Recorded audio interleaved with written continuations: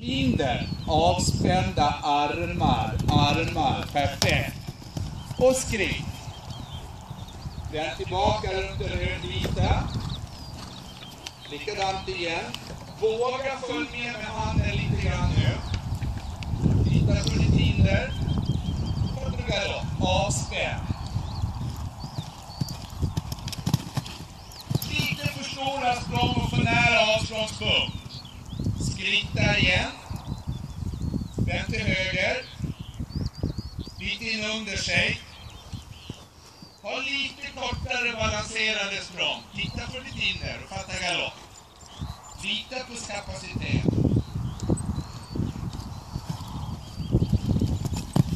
Vad säger ni då? Det var mycket bättre. Skritt igen. Skritt var bara en tillfällighet. På med känselsprötena, på med fokus. Jättebra du lyssnar av din häst. Igen. Lyssnar av.